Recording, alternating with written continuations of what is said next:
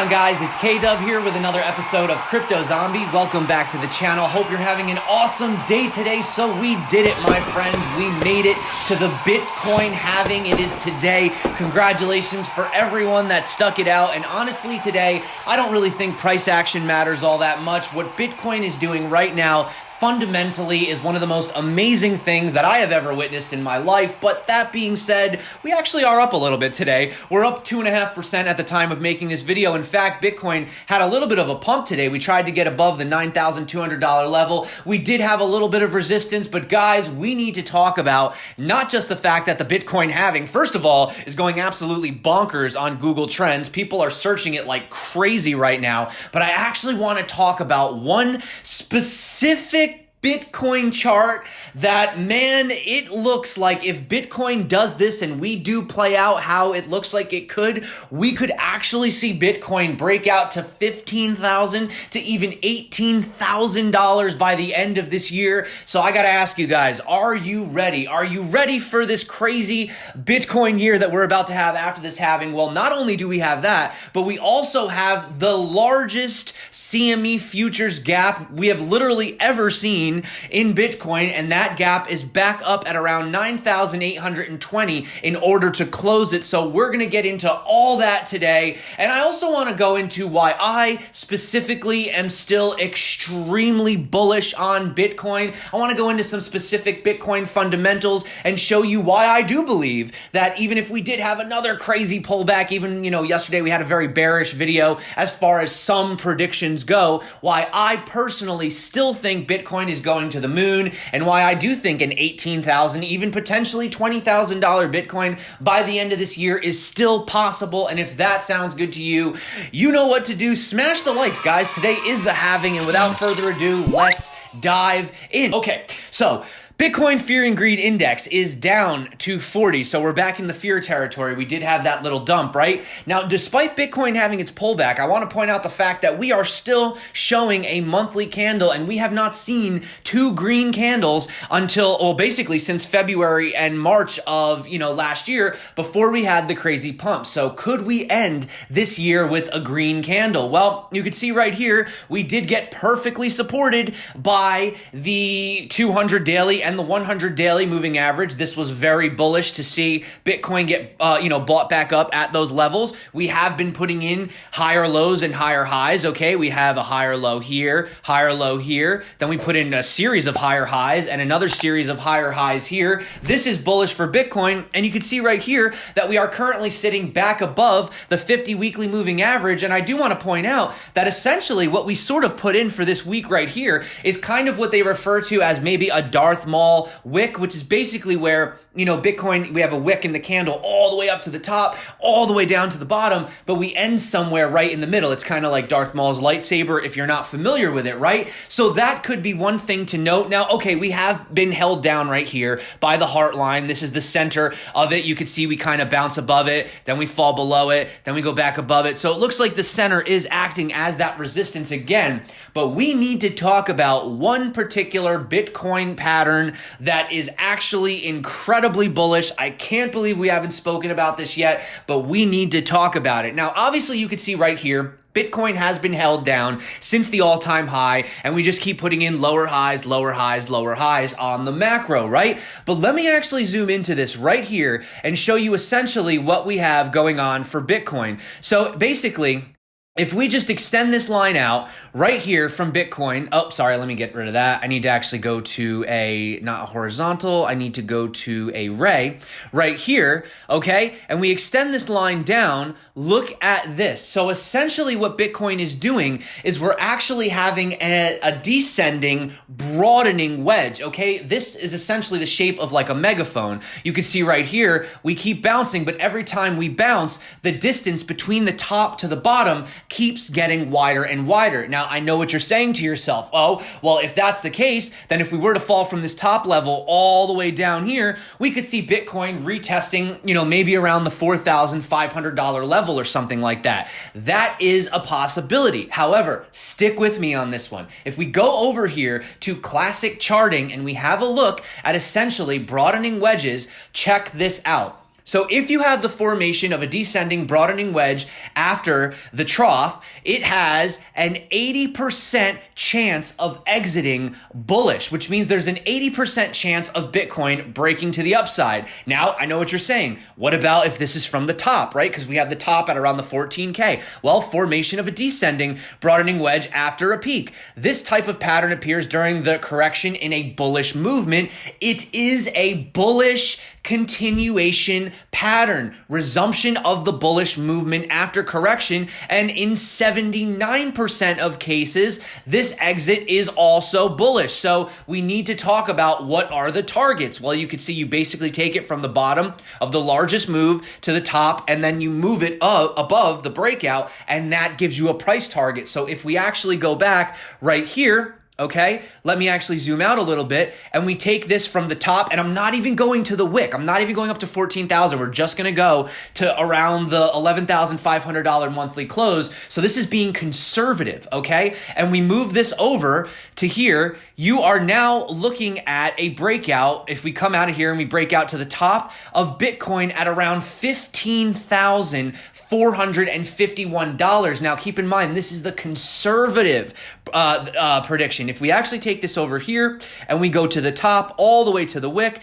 and we bring this all the way down, I'm not even going to go to the bottom of the wick because that's just going to be absurd. Let's just be realistic about it. So we go from top to bottom there and we take this over here. Well, that gives us a price target breakout of approximately $17,777. So almost $18,000 for Bitcoin potentially after the breakout. So even if Bitcoin was to have a pullback down in the 4,500 on the next break, we're looking at a massive break to potentially one of these levels. So let me know what you think about that. And here's the other very interesting thing I want to point out. We do know that Bitcoin has a lot of resistance between $10,000 and $10,500. You can see right here, the VPVR completely drops off. Not a lot of trading volume above that. And you can see right in the blue region, the very high resistance that we have. However, I do want to point out, right when Bitcoin had the bottom of the 2018 bear market right here, we actually put in what is known as an Adam and Eve pattern right here, where you have the Adam shape, okay? And then it's followed by the Eve. I don't have to really go into explain why they're called this, do I, guys? Well, if we actually have a look at what Bitcoin has done on the macro right here, it actually looks like we've put in a bit of an Eve pattern followed by a potential Adam pattern, double bottom, and this could be sort of the flip of what we did back here before the major blast off. So I know in yesterday's video, a lot of people get mad at me when I talk about potential negative moves for Bitcoin, but I just like to keep things objective. But really, when you zoom out in the macro, things are still looking very bullish for Bitcoin. And we also do have this insane CME futures gap, the largest CME futures gap that Bitcoin has ever seen. And if we do close this, that means that Bitcoin could pump up to about $9,820 in the short term. And if you don't know what CME futures gaps are, basically, long story short, Bitcoin doesn't trade over the weekend on traditional markets. So they close for 2 days and we tend to have these gaps. You can see right here, we had a crazy gap during the China pump right here. And then you could see we came down, we closed it. We had another gap right here. And then we pumped up and we closed it, which means it usually fills the gap, right? So that is that situation moving forward. If you guys are looking to trade these, CME futures gaps, my recommended exchange is Bybit for Bitcoin trading. I love using Bybit for Bitcoin. Keep in mind, this is leverage trading. This is not spot trading. Leverage trading is substantially more risky. You can make a lot more money, but you can also lose a lot more money. But I also wanted to just mention Bybit again today because today is the last day to claim the $1,500 tether bonus. You can see right here, you can still claim the $1,000, the 50 and the 60 bonuses, that's ended. And they do still have the 500 if you want to submit feedback. They will pick a random winner. So that's ending today. If you haven't already gotten involved in that, I mean, it's up to you guys, but I just wanted to let you know that is ending today. But we do need to talk about the Bitcoin halving, which at the time of this video is actually somewhere between 5 hours here, and I've seen 3 hours on other charts. Maybe by the time you're watching, it has already happened. But before we get into that, I just want to play this clip super quick that came out from Paul Tudor Jones. This was over on CNBC Squawk Box this morning, and he basically explains why he's allocated over 1%, almost 2% of his assets into Bitcoin. Bitcoin. I think this is a great place to sort of start the video. And then I want to talk about the bullish scenarios for Bitcoin, why fundamentals are booming, and why I am very excited and still extremely bullish on Bitcoin despite short-term movements into the rest of this year. But first, let's get into this video. For a long time, you were a skeptic of Bitcoin and some cryptocurrencies, but you recently appear to have changed your mind about that. What happened? Well, COVID happened and the great monetary inflation happened, and that made me begin to think about how do you want to be positioned in your portfolio going forward. So that's really what tripped my interest in Bitcoin. And you have to realize, if you just think about, say, Bitcoin versus cash, right? Bitcoin, when I think of stores of value, I think of it four ways: purchasing power, trustworthiness, liquidity, and portability. That's kind of the categories I put it in. So when it comes to trustworthiness, Bitcoin's 11 years old. There's very little trust in it. We're watching the birthing of a store of value, and whether that succeeds or not, only time will tell. What I do know is that every day that goes by and Bitcoin survives, the trust in it will go up. If you take cash, on the other hand, and you think about it from a purchasing power standpoint, if you own cash in the world today, you know your central bank has an avowed goal of depreciating its value 2% per year. So you have, in essence, a wasting asset in your hands. So Bitcoin, I think it's a great speculation. I've got something between 1 and I think just over 1% of my assets in Bitcoin. Maybe it's almost 2. That seems like the right number right now. It's not, for me, it's not the greatest, it's not the great cure for all the monetary ills, et cetera. It's a great speculation. That's what I would say Bitcoin is. Now, 1 to 2% may not seem like a lot to you, but if we actually have a look at Paul Tudor Jones's net worth, this guy is worth $5.1 billion. So 1 to 2% of $5.1 billion is actually still kind of a lot of money when you think about it. So that is a lot of Bitcoin, not to mention the fact that Grayscale and Cash App have been accumulating 50% of all of the Bitcoin coming out before the halving. And if we actually take that number and look at it after the halving, that's 100% of all the Bitcoin. Now, we know that that's a very unrealistic amount. They're not going to be accumulating 100% of all the Bitcoin coming out, but that just goes to show you the massive demand already. In fact, you can see right here, according to their recent holdings under management, their total assets under management are now at 3.7 billion, which is an all-time high for Grayscale. And really quick, for everyone that's new, I just want to point out, I know you guys have probably seen this chart a million times, but this is just a simple Bitcoin versus gold versus fiat chart. And you could see that basically when it comes to durability, portability, fungibility, verifiability, divisibility, scarcity, censorship resistant, and, with the exception of Bitcoin not really having an established history, it blows everything out of the water. Why is it not as durable as gold? I don't know. Maybe you can break your ledger or forget your keys or something like that, right? Fungibility, we have talked about it. Bitcoin is technically traceable, so it could get tainted, but for the most part, come on, look at fiat. I mean, scarce? Absolutely not, with the way these guys have been printing. So that is just that. And I also want to point out what Vijay Boyapati said. Now, he's a top crypto investor. So he talks about the halving. Is the halving already priced in? Well, listen to this. He basically says that because Bitcoin is not a traditional financial asset, not representing equity like stocks, not providing yields like bonds, it doesn't fit traditional framework of assets and their valuations. He says this makes it impossible to price in the halving. He says because Bitcoin's halving shattered the market equilibrium of supply and demand by decreasing supply, consistent demand after the halving would cause the price to rise to a a higher level. This is just simple economics, guys. He says, due to Bitcoin being a market with a growing number of users and because of the madness of crowds, there's absolutely no telling where the equilibrium will be. In fact, we've seen Plan B. He talks about his stock to flow, which originally predicted a $55,000 to $100,000 Bitcoin, right from now until the next halving. And he recently came out with an updated model calling for a $288,000 Bitcoin, not to mention the fact that Dan Morehead, former Wall Street investor, CEO of Pantera Capital, he wrote in his newsletter last month that he thinks that assuming the historical trends of Bitcoin, you're looking to a $115,000 rally sometime after this halving, right? And he basically, he did a little bit of a multiplication of 0.4, the ratio of Bitcoin's impact on previous halvings, whatever. He used some math, but the point is he came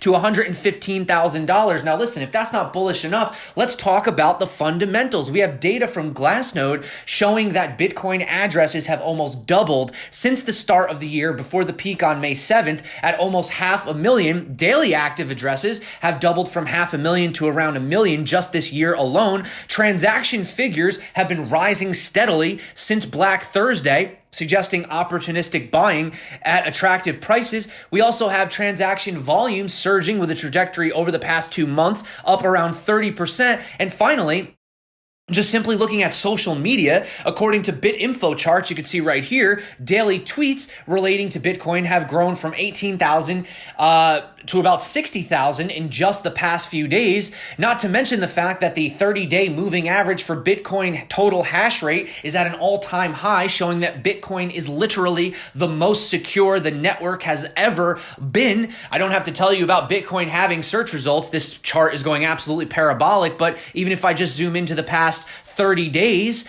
you can see right here, it's literally at its all-time high at 100. People are curious, they're searching, they're excited about the Bitcoin halving. And one very interesting thing I wanted to point out is that the Bitcoin blockchain is actually currently slowing down as far as activity goes recently. Now, you might be saying, well, what is going on? Well, why is it slowing down? Interestingly enough, the number of pending transactions only sit at around 4,000, which is about 2 blocks worth of transfers. While the Bitcoin blockchain is never fully cleared due to a continuous stream of new transactions, the demand appears to be low enough that the network is able to dispatch all incoming requests. So it's like the calm before the storm. People are just waiting to see what happens right now for Bitcoin. In fact, if we look over here, the average block time, we do know that it's usually supposed to be around, 10 minutes for Bitcoin. Look at some of these levels down here. We have 9 minutes, 9.5, 9 minutes, 8.2 minutes, 8.5 minutes, 8.4 minutes, 8.5 minutes, okay? Another one at 9 minutes. So, and the most recent is 8.4 minutes as well. So we're actually having blocks come out even faster, which is why if we actually come over here and have a look at the halving, you can see that the Bitcoin halving countdown is a little different based on, actually, let me give this a refresh, see where we're at. All right, 32 blocks until the Bitcoin halving. So yeah, from the time I'm making this video, we're looking at about 5 hours. Maybe by now it's already happened, could be possible. But yeah, very exciting times, most certainly, guys. And not only is it exciting for just Bitcoin, but think about the fact that this halving is happening during one of the craziest economic downturns since the Great Depression. You can see there's an article actually over here talking about it in Forbes.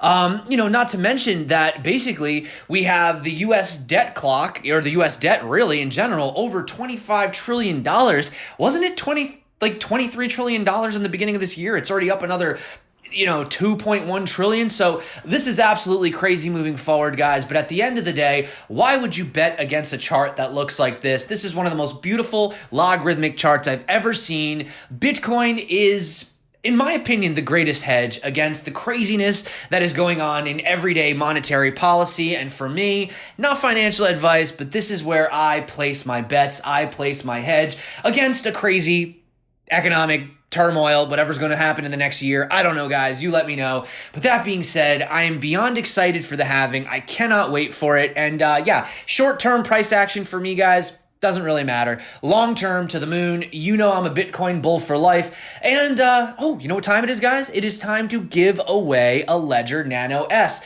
So we do have to give away a Ledger Nano. Obviously, we had 7 videos last week. So, I gotta go to the random number generator. I forgot to go to that. So 7 videos. So we have to generate. That is video number 2. All right. So that was the golden halving cross pump video. So we'll open that. We'll come over here. And today we're actually going to be using a different website because the other one just doesn't work anymore. So thank you for, I can't remember who suggested Raffle Dash. I think it was the creator. Thank you so much for this. So we are going to do, we're going to use Raffle Dash from now on. So we have to pick a random comment. So here we go. All right. Drum roll, please, for the Ledger Nano S. Mr. Gaza wrote, nice. Okay, well, that was a straightforward comment, but you are the winner. But don't go anywhere, guys. If you didn't win, I actually have one other winner today. So, Mr. Gaza, you are the winner. You have 24 hours to hit me up. But earlier today, I was testing out the website, and this is the comment, and this is real. You can see this is a real live thing, and it was from Ghetto Trout 2011. He said, I could seriously use a Ledger Bud. I've had one in my Amazon cart for 4 months, just waiting for some extra cash to pick one up. Everything's sitting on exchange until I grab one. I could not give this to Ghetto Trout. You need to get a Ledger. You need to get it off the exchange. So you know what? We have 2 winners today, one for Ghetto Trout and one for Mr. Gaza. Both of you are the winners. Hit me up in either the official, what did I do? Oh, hit me up either in my official about section, or you can join my Telegram group, which is totally free, or just hit me up on Telegram, okay? But do not go down in the comments. There's crazy scammers down there. It's a very scary place. So that's it for me today, guys. Thank you so much for coming back to the channel. Hope you're having an awesome Bitcoin halving. Of course, we'll bring you videos every day, even after the halving. It's not like the halving happens, I'm just going to disappear. No, I'll be back tomorrow. And also, don't forget to watch the live stream happening right now on Cointelegraph. I will be on later, 4 p.m. Eastern time. I don't know what that sort of translates to in your time, but if you're watching, definitely check that out. That's it for me today, guys. Thank you so much. What am I doing? Until next time, my name's K-Dub. This is Crypto Zombie. Stay crypto, and of course, peace out.